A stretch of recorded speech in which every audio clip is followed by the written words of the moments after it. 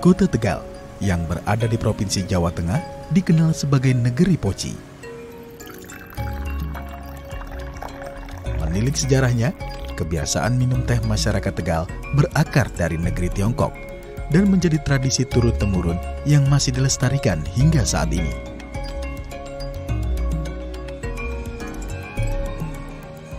Jadi meneroka tentang kebudayaan teh di wilayah Tegal dan sekitarnya ini tidak bisa dilepaskan dari pengaruh kebudayaan Cina. Nah, berbicara tentang teh, saya meyakini bahwa teh itu sudah ada ketika masyarakat Tionghoa berada di wilayah Tegal sekitar abad ke-18, tepatnya ketika kelenteng Tek Hai Kiong itu berdiri tahun 1760.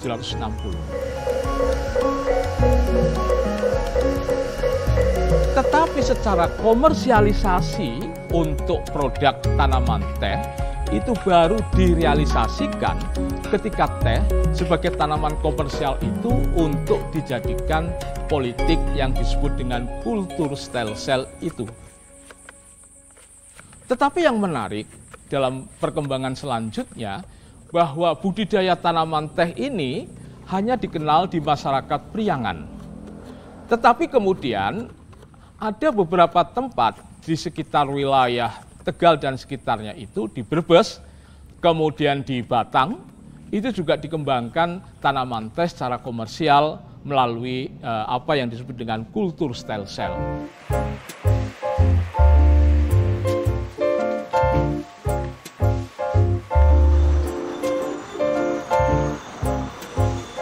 Keunikan dari komersialisasi ini kemudian bahwa Tegal itu punya keunikan. Meskipun tidak memiliki perkebunan teh, tetapi di Tegal dan sekitarnya, Tegal kota maupun Tegal kabupaten itu, kita melihat ada banyak perusahaan-perusahaan teh. Terutama yang paling banyak itu di wilayah kabupaten. Meskipun di wilayah kota Tegal juga ada, dan kemudian juga di Kabupaten Brebes juga ada di kawasan Kaligua itu, dan kemudian di sekitar wilayah Pekalongan dan Batang.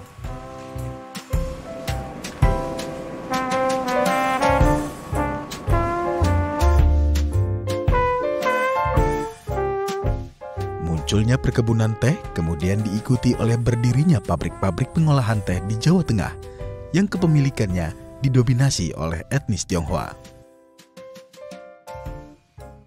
Jejak peninggalan pabrik teh pertama yang didirikan oleh etnis Tionghoa di Tegal bisa ditelusuri melalui pabrik teh Tatah yang didirikan oleh Li Seng Hok, seorang warga keturunan etnis Tionghoa yang mengadu nasib dari negeri Tiongkok ke kota Tegal.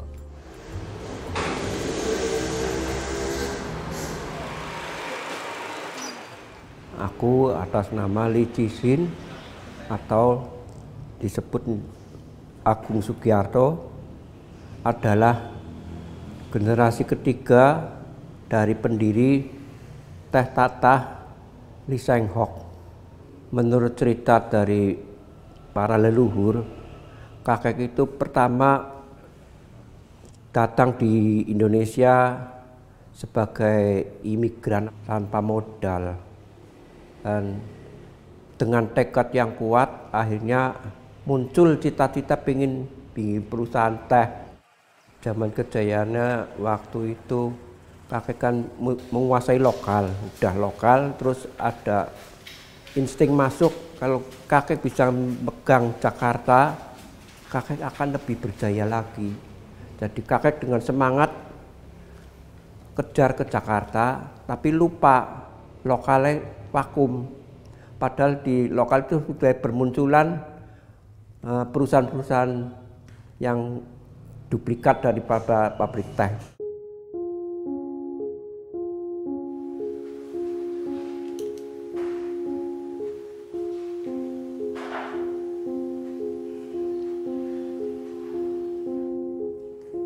Padahal kakek berusaha teh, tapi ayah nggak begitu terinspirasi dengan teh, berusaha lain.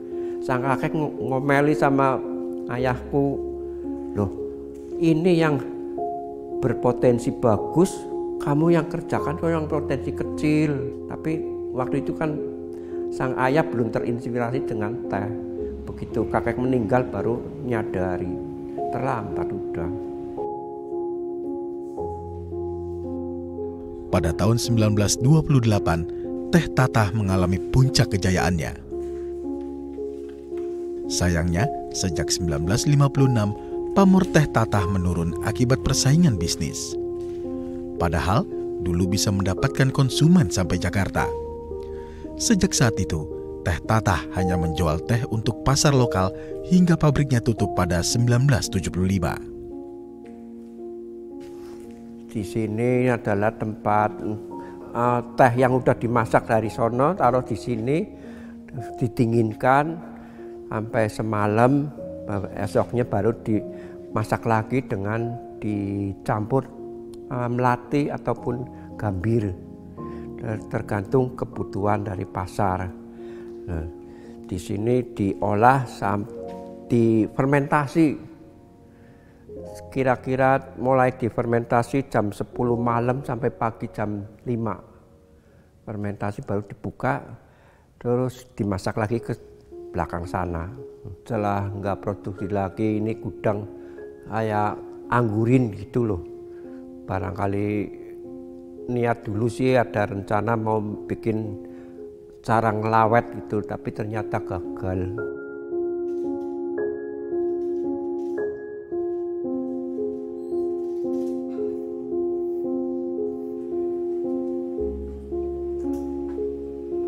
Ini adalah kebun melati, salah satu kenang-kenangan dari bekas perusahaan teh Tatah dulu, untuk bahan cerita kepada anak cucu sehingga membuktikan adanya perusahaan teh di sini dengan menggunakan bahan melati yang asli, tidak seperti zaman sekarang yang pakainya esen. Ini adalah pohon salah satu dari yang dibutuhkan daripada kemasan teh melati. Di samping itu kan untuk ibadah daripada peninggalan pusaka almarhum kakek.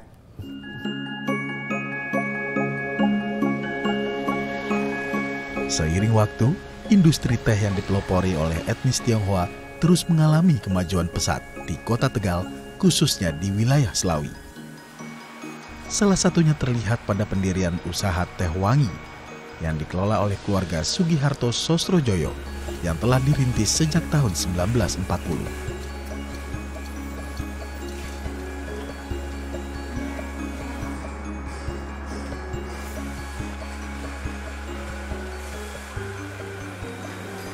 Ini dimungkinkan karena mereka memiliki tradisi teh memang merupakan dari masyarakat peranakan Tionghoa. Dan yang kedua, kita melihat bahwa terah keluarga Sosro ini kan tidak hanya sekedar menghadirkan sebuah bisnis, tetapi tanpa disadari atau disadari, mereka melakukan apa yang disebut dengan gastrodiplomasi. Karena mereka memperkenalkan budaya minum teh itu tidak hanya untuk kalangan masyarakat Tionghoa, tetapi juga untuk masyarakat di sekitar wilayah pesisir, bahkan sampai sekarang ini di Indonesia. Dan yang kedua, memang peluang bisnis ini mereka menjadi bagian dari hal yang bisa kita ketahui dari geliat karakter masyarakat peranakan Tionghoa. Meskipun semula kemungkinan itu berawal dari home industry yang kemudian mereka menjadi sesuatu yang kuat pada tahun 80-an.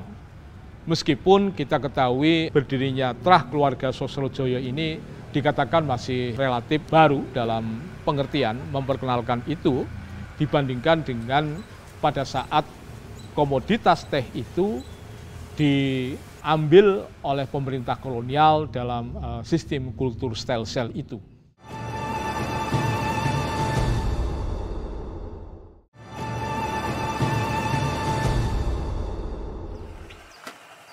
Angger orang mochi mumet ya. Iya bener, iya. Monggo Pak, diseruput ya. Bagi masyarakat Tegal, minum teh tak sekedar kebiasaan, melainkan sudah menjadi tradisi. Tradisi mochi menjadi simbol akulturasi budaya Indonesia dan Tiongkok. Dalam budaya Tionghoa, minum teh biasanya dilakukan oleh kalangan bangsawan dan dilakukan sebagai bentuk penghormatan. Sedangkan oleh masyarakat Jawa, minum teh menjadi salah satu laku sikap egaliter di tengah kehidupan. Tradisi mochi biasanya dilakukan di warung, restoran, hingga rumah penduduk Tegal.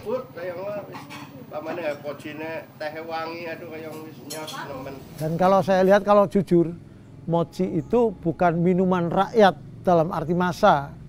Coba mochi itu berapa debit air yang kan paling hanya 4 cangkir. Kalau yang saya pelajari itu hanya untuk kelas pemikir.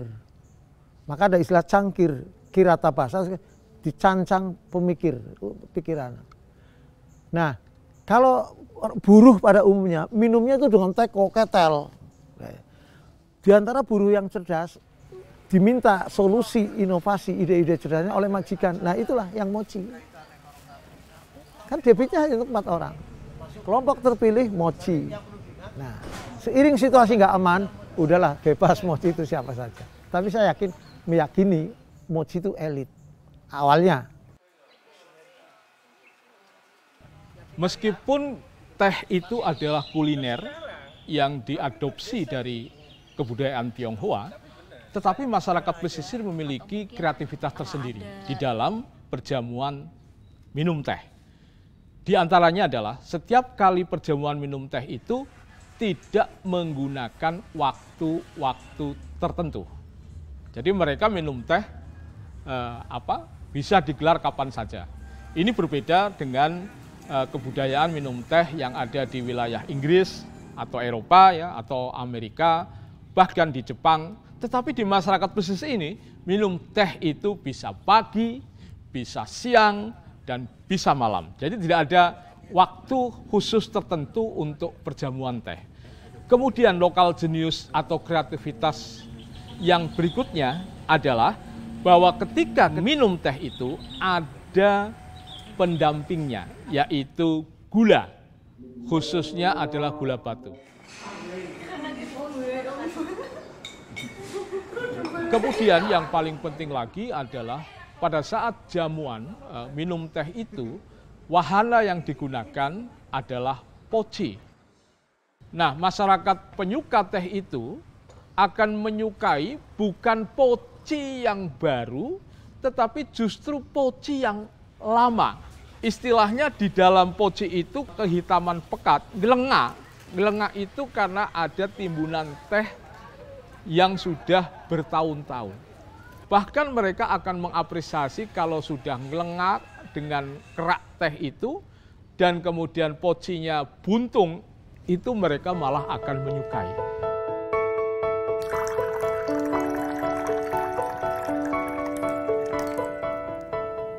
Keunikan mochi terletak pada cara penyajiannya.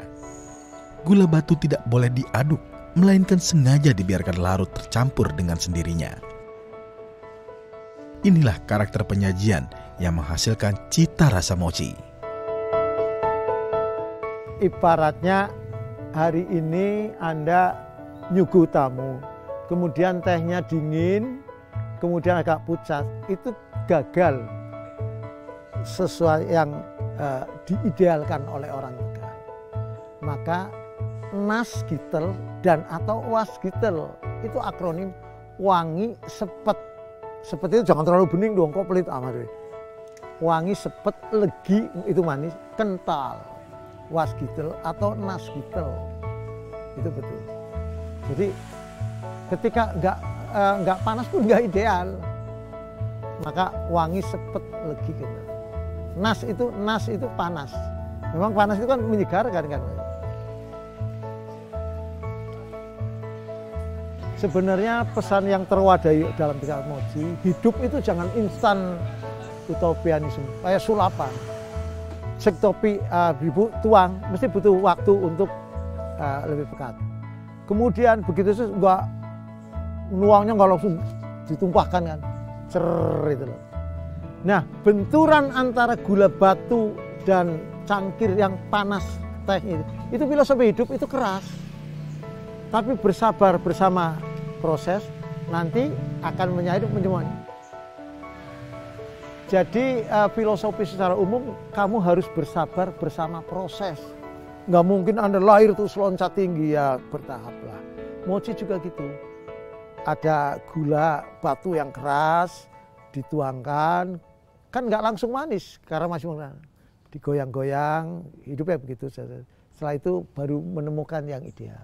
Nanti pada akhirnya baru setelah agak ke bawah lah, nah ini sudah kena itu. Itu filosofi.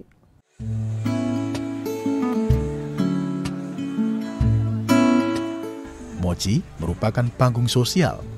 Dari tradisi sederhana tercipta silaturahmi, pembauran, kebersamaan, persaudaraan, kontrol sosial, dan keterbukaan yang akhirnya menciptakan keseimbangan hidup di tengah masyarakat. Sampai ada dalam tradisi ya, orang itu disapa begini. Loh, anaknya sukses, kok belum ada berita kapan mochi-mochi? Kapan mochinya? Itu kata lain syukuran. Ini nggak sederhana. Jadi ketika seseorang sukses, kemudian nggak ngundang tetangga, walah, sukses dari Jakarta, sudah 40 hari nggak ada undangan mochi. Jadi sangat yakin kita itu sangat spiritual ya. Jadi mochi di sini representasi simbolik dari keramahan, menyapa situasi yang humanis gitu.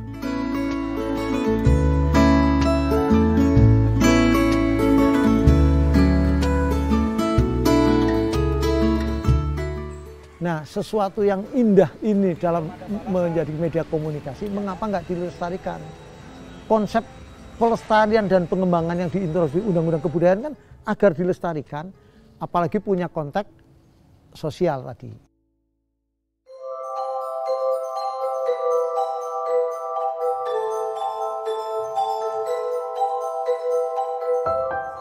Atmo Tansidik, budayawan sekaligus seniman asal Tegal ini, memiliki cara unik untuk menjaga tradisi mochi. Ia mengkombinasikan antara batik dan puisi yang menarik, serta kaya akan pesan moral pada ragam corak dan motifnya. Ini batik dengan lirik puisi bertajuk Literasi Waskita. Kalimatnya bagaimana isinya? Sing sregep mikir karo zikir, enda wong pesisir ora kesingkir. Nyambut gawe sagjeg, enda mangane wareg, nyandange rapet, turun anget, medange buket. Nah, medang buket ini sesuatu yang merepresentasikan simbol mochi yang ideal. Turune anget bisa bayar pajeg, uripe tata nyanding literasi waskita. Jadi dalam puisi ini mengambil local wisdom agar ada keseimbangan pikir dan zikir, cuma melalui media mochi agar kita juga cinta negara dengan membayar pajak secara lunas, dan jangan lupa di tengah era literasi kita juga memiliki literasi waskita, kecerdasan intelektual dan spiritual.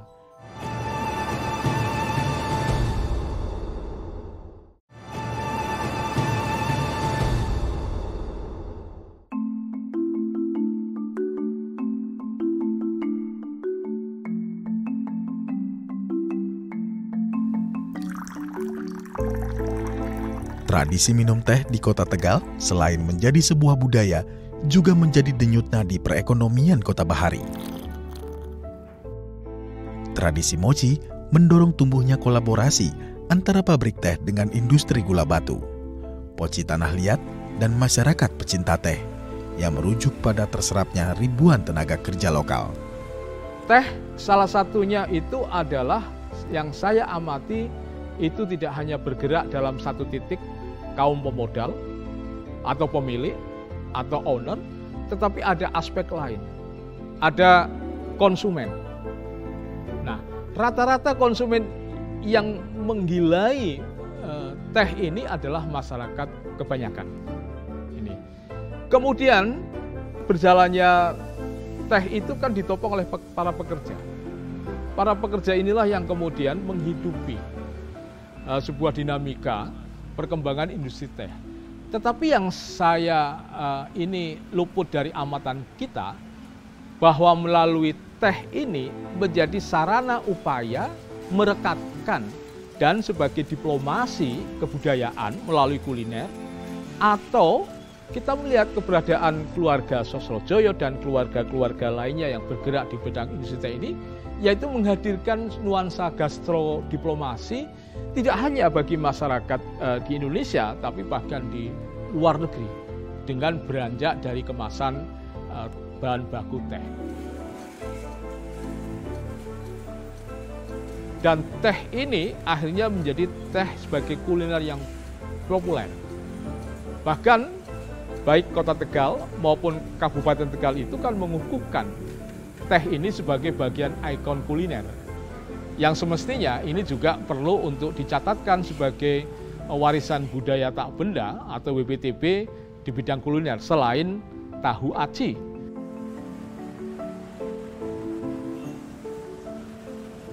Usaha kecil mikro menengah atau UMKM juga ikut terbangkitkan dengan adanya tradisi mochi. Tidak sedikit pelaku UMKM di Tegal yang turut menjadikan poci sebagai oleh-oleh khas kota ini. Hal ini juga sebagai upaya memperkenalkan budaya mochi agar lebih dikenal luas di Nusantara maupun mancanegara.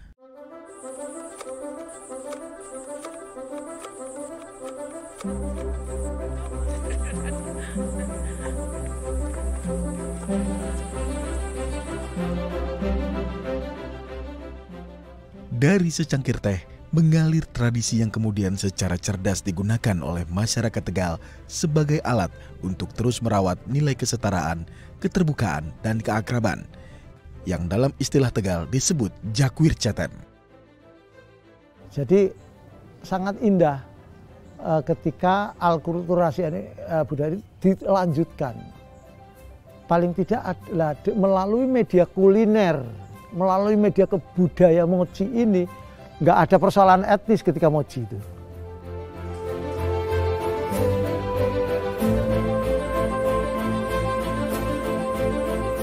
Dari kisah teh itu, tidak hanya berbicara tentang ketionghoaan, tetapi bagaimana jamuan teh dan seperangkat yang berkaitan dengan teh itu telah mempertalikan satu penyatuan dan identitas bersama. Tidak hanya sebagai milik Tionghoa, tetapi menjadi milik masyarakat bersama. Inilah yang saya kira kita belajar dari narasi teh yang sudah dipersembahkan oleh masyarakat peranakan Tionghoa dan dijadikan sebagai kekuatan identitas bersama.